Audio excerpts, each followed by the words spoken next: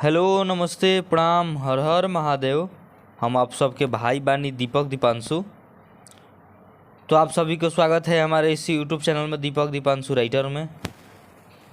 तो वो लोग कैसन बानी, हमारा आशा ना पूर्ण विश्वास बाकी वो लोग एकदम मस्त होकम स्वस्थ और एकदम मस्त रही स्वस्थ रही। आप लोग अपने खूब ज़िंदगी में मेहनत करी और आगे बढ़ी जा।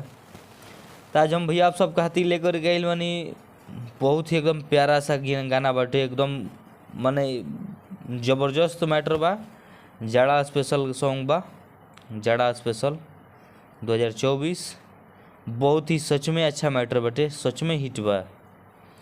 तर्ज बा मटिकोड़ टुनटुन जादू। टुनटुन भैया के धुन पर ही गाना लिखले बानी।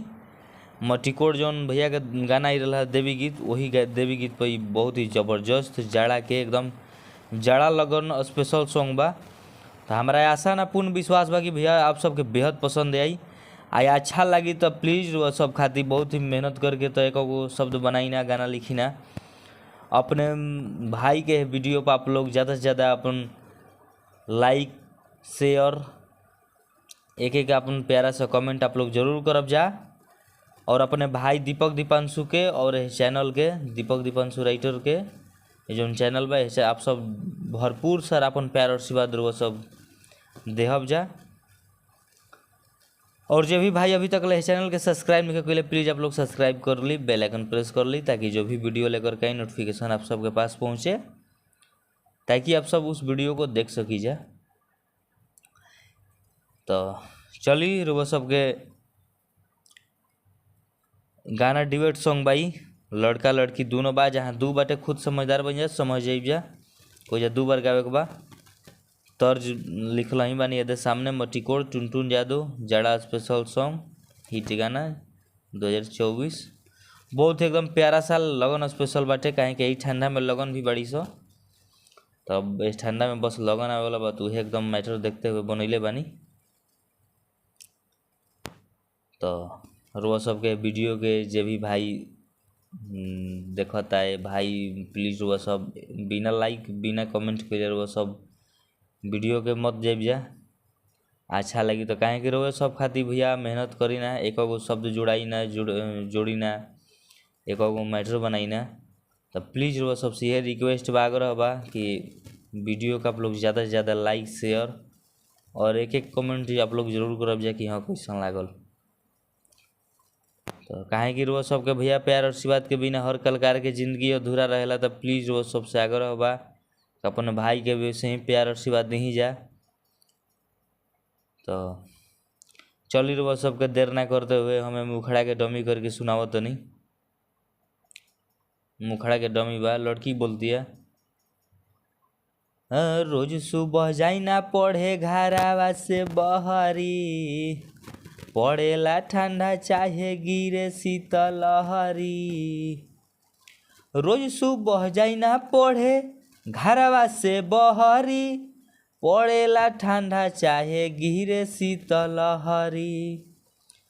कि बाटे माटी के परीक्षा फेल हो जाइम तो गत होई। तो लड़का के लाइन बाटे, लड़का बोला ताने, अरे कि मिलत होई मजा जानू कुछ ना दिखत होई, साइकिल के सीट जब सामान में ठिकत होई, साइकिल के सीट जब सामान में ठेकत होई। रो सबके मुखड़ा कैसन लागल प्लीज़ रो सब कमेंट करके जरूर बतलाइब जा। अच्छा लगी तो आप लोग वीडियो के ज़्यादा से ज़्यादा लाइक शेयर कमेंट जरूर करब जा। अपने भाई दीपक दीपांशु और चैनल के आप सब ढेर सारा अपन प्यार और आशीर्वाद देहब जा।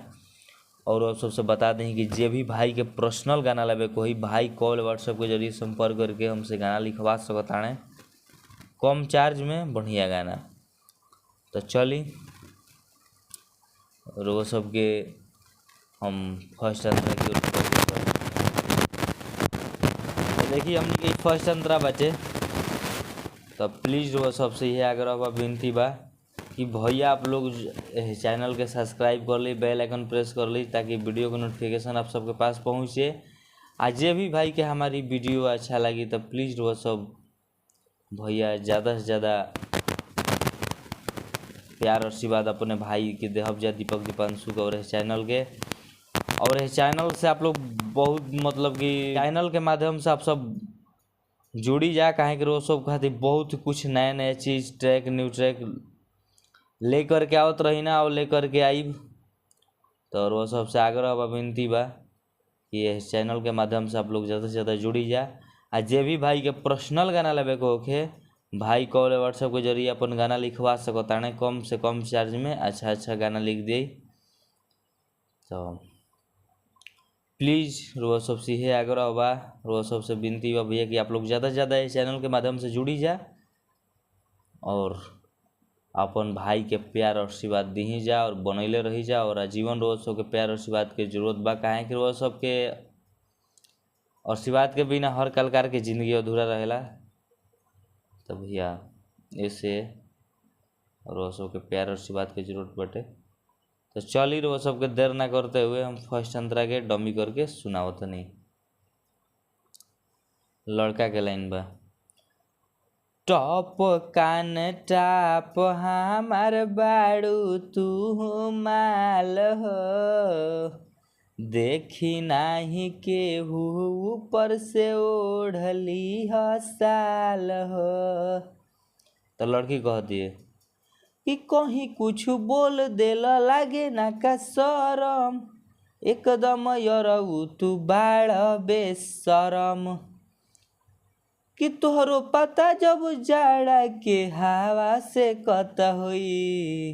तो लड़का के लाइन बा, लड़का बोलता अरे कि आवत होई मजा जानू कुछ ना दिखत होई, साइकिल के सीट जब सामान में ठेकत होई, साइकिल के सीट जब सामान में ठेकत होई। तो हमारे लिखल गाना रोज सबके कैसन लागल, ये अंतरा फर्स्ट अंतरा रहा कैसन लागल, प्लीज़ रोज सब कमेंट करके जरूर बतले भैया कि हाँ फर्स्ट अंतरा कैसन लागल। अच्छा लगी तो रोज सबसे बताई दिले बानी कि ज़्यादा से ज़्यादा लाइक शेयर कमेंट कर देवे के भैया और अपने भाई के प्यार और आशीर्वाद से भर देवे के बा और इस चैनल के। तो चली रोज सबके बता देता नहीं कि तर्ज रहा मटिकोड़ टुनटुन यादव जाड़ा स्पेशल लगन स्पेशल है 2024। तो चलिए नेक्स्ट सॉन्ग के लिए टाटा बाय बाय, जय हिंद जय भारत जय भोजपुरिया समाज, जय माँ सरस्वती।